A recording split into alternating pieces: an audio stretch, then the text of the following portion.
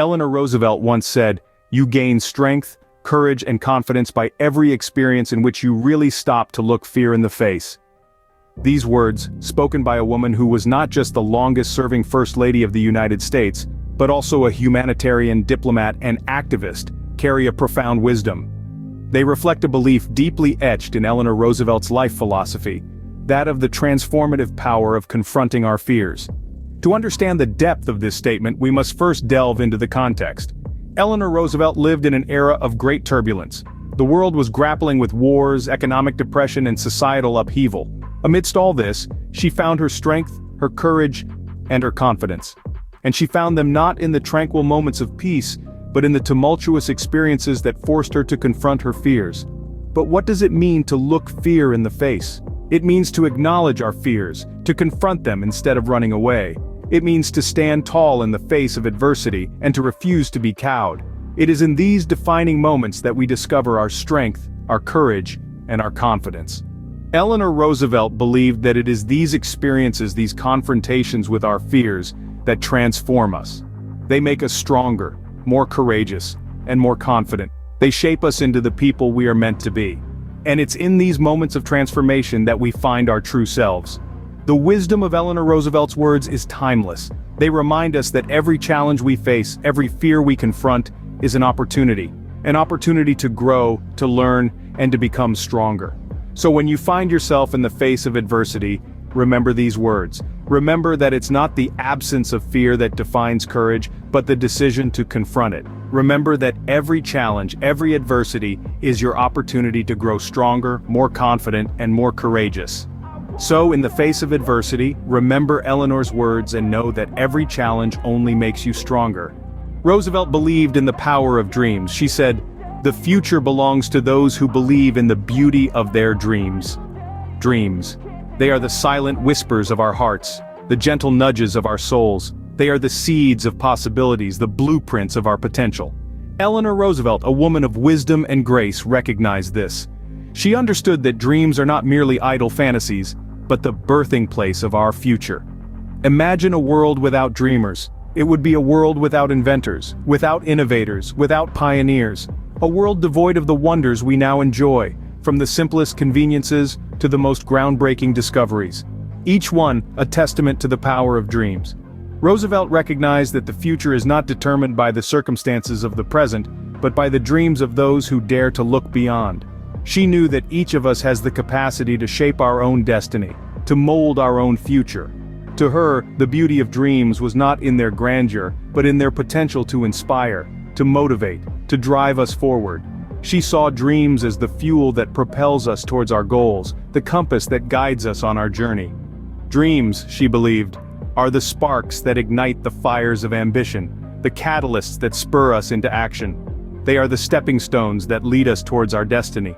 But Roosevelt's message was not just about the power of dreams, it was also a call to action, an encouragement to believe in the beauty of our own dreams. She urged us to not just dream but to believe in our dreams, to not just envision a future, but to believe in its possibility, to not just aspire but to believe in our ability to achieve. So let us heed her words. Let us dare to dream, and believe in the beauty of our dreams. Let us embrace the power within us, and shape the future we desire. For in the words of Eleanor Roosevelt, the future belongs to those who believe in the beauty of their dreams.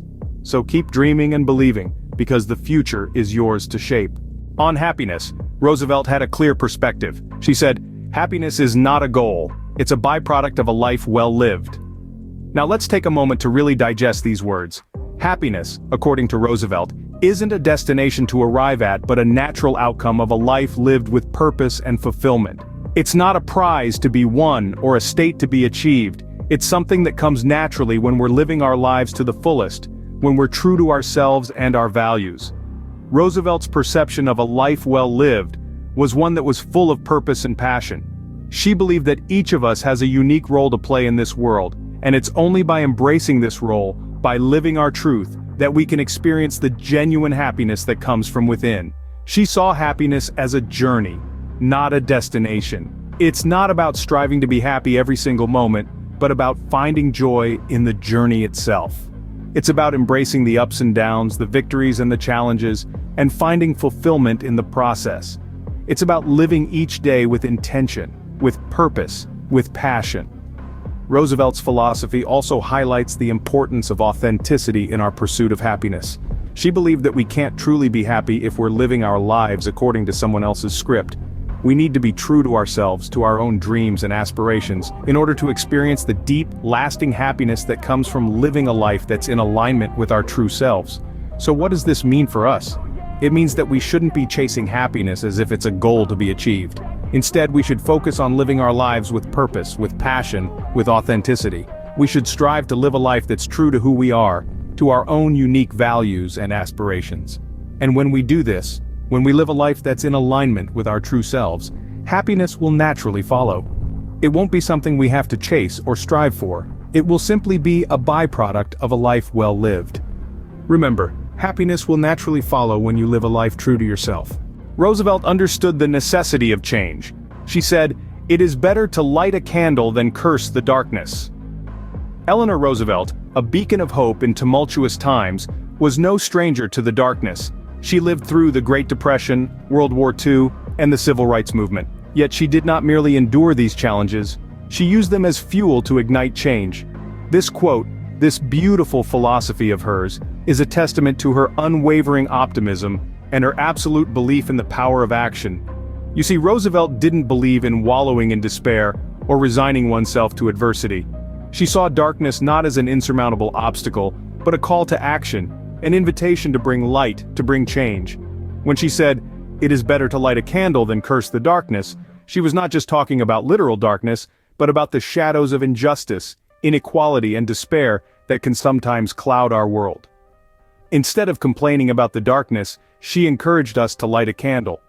And what is this candle, you may ask? It is action, it is courage, it is the decision to not just wish for a better world, but to actively work towards it. Every act of kindness, every step towards equality, every word spoken in defense of justice, each one is a candle lit against the darkness. Roosevelt understood that change doesn't just happen. It is brought about by those who have the courage to question the status quo, to push boundaries, and to never stop believing in the potential for progress. She knew that every individual has the power to make a difference, to light their own candle in the darkness. This perspective is not just a reflection of her optimism, but also of her faith in humanity. It is a call to action for each of us, a reminder that we are not helpless in the face of adversity. We have the power to change our circumstances, to change the world. So rather than cursing the darkness, be the one to light a candle and make a difference. In her lifetime, Roosevelt left us with many words to live by. She said, "Do one thing every day that scares you." These words weren't just a casual suggestion from Eleanor, they were a reflection of the life she led. This philosophy was born out of her belief that growth and comfort do not coexist. It is a call to action for each of us to step out of our comfort zones and face our fears head-on. Imagine the power of doing one thing every day that scares you. It might be uncomfortable at first, but with each passing day you become a little braver, a little stronger, and a little more resilient. Eleanor Roosevelt knew this. She knew that facing our fears is the first step towards overcoming them. It is the first step towards becoming the best version of ourselves. Eleanor's belief in the importance of continual self-improvement and growth is a testament to her enduring legacy. She understood that to grow, we must push ourselves, we must dare to dream, and above all, we must never let fear dictate our actions. This philosophy is not just about personal growth, but about societal growth as well. As we push ourselves to do better, we inspire those around us to do the same. In this way, we can all contribute to a world that is continually striving to be better. Eleanor Roosevelt's legacy is not just about what she did, but about what she inspired others to do.